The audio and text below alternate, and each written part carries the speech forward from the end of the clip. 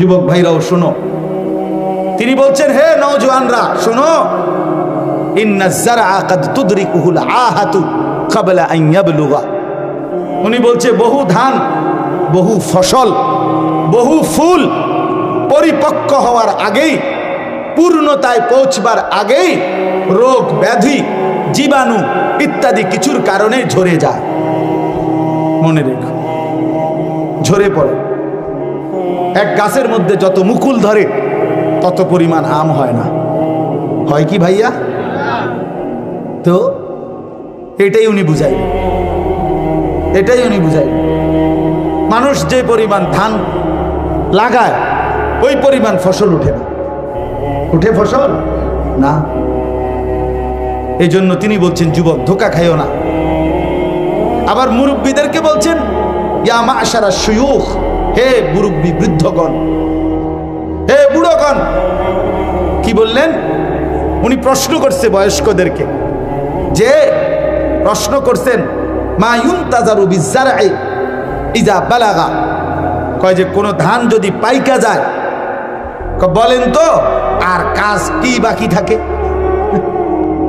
জিজ্ঞাসা করছেন হাসান বসরি রহমতুল্লাহ।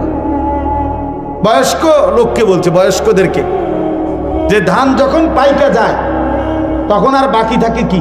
অন্ত কি বাকি থাকে? কথা বলেন না, কি বাকি? হ্যাঁ, ক্বালু আল হাসাদ। তো কিতাবে আছে যে ওই মুরব্বীরা, বয়স্করা বলল যে আর কাটাটা বাকি থাকে।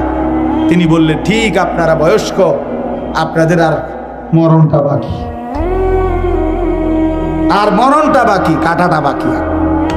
কাজেই আপনারাও হায়াত কাজে লাগান। যুবক, আপনিও হায়াত কাজে লাগান। আপনাদের কাছে আমি অনুরোধ করছি, আমার এই আয়াতের মূল বক্তব্য এই কথাটাই।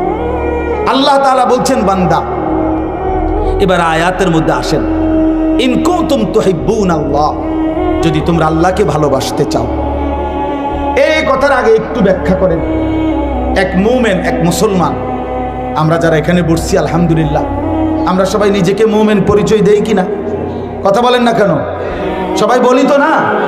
এক মুমিন, এক ইমানদার যে নিজেকে মুমিন পরিচয় দেয়, কোরআনুল কারীমের মধ্যে আছে, আল্লাহ তাআলা বলছেন, সেই মুমিনের নিকটে, সেই ইমানদারের কাছে সবচেয়ে প্রিয় জন, সর্বোচ্চ ভালোবাসার জন হবে আল্লাহ।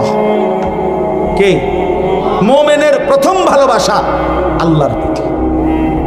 মুমিনের প্রথম ভালোবাসা কার প্রতি?